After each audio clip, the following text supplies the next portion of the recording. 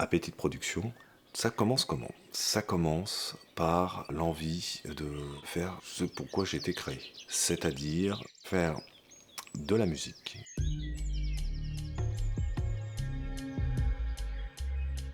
faire de la cuisine, faire de l'écriture, faire de la captation, faire du montage vidéo. J'ai toujours été une éponge, j'ai toujours été très sensible à mon environnement, un hypersensible même. Et au final, mon grand plaisir, c'est de pouvoir le retraduire à travers des médias et de transmettre des émotions. C'est vraiment ça qui me motive. Et j'ai passé, comme je pense énormément de gens sur Terre, la grande partie de mon existence, tout compte fait, à penser que c'était un loisir ou que c'était un passe-temps, mais que ça ne pouvait pas en fait être un mode de vie, parce que c'était pas sérieux. Ce qui était sérieux, c'était de faire un métier qui n'était pas forcément marrant, mais qui en face rapportait de l'argent. Quand j'ai commencé ma jeune carrière professionnelle, j'ai commencé par faire plein de petits métiers et tous les 3 mois, voire moins, je changeais de métier parce que j'en avais fait le tour. Et parce que en fait, voilà, c'est des métiers qui ne nécessitaient pas une grande compétence, et donc je m'ennuyais rapidement.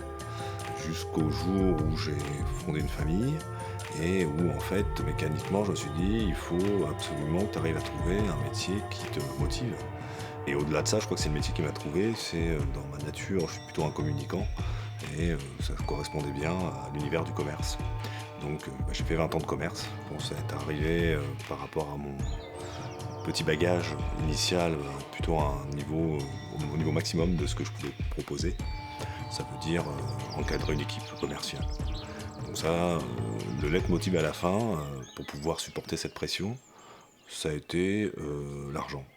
Sauf qu'à un moment, ça suffit plus, puisqu'on s'aperçoit que la pression elle est tellement forte qu'au final, on n'en profite même pas. Et puis, avoir de l'argent pour de l'argent, ça n'a jamais été une passion pour moi. Ça n'a jamais été un objectif en soi.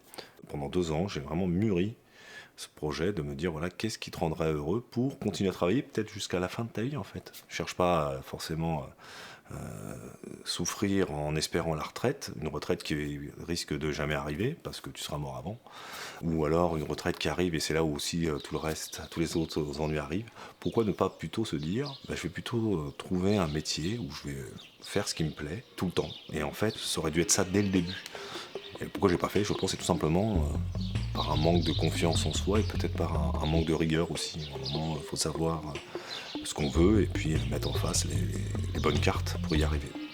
Donc, donnant mal an, je suis en 2022, j'ai 48 ans et j'ai le plaisir de lancer The Great Cooking, qui sera une chaîne YouTube orientée autour du stylisme culinaire. L'objectif, c'est qu'il y ait un maximum de plaisir et de relations entre la nourriture, l'environnement et les valeurs humaines. Voilà, c'est vraiment ces 3 axes qui m'animent. Et en parallèle de ça, j'ai monté une société qui s'appelle Appétit de production et qui est aussi autour de l'univers culinaire et qui mettra en valeur d'autres talents que le mien. L'idée, c'est de mettre à disposition mes compétences audiovisuelles et le matériel que j'ai pour pouvoir faire de belles présentations. Donc je vous souhaite à tous et à toutes un excellent moment en espérant que ça vous intéressera et qu'on fera un petit bout de chemin ensemble.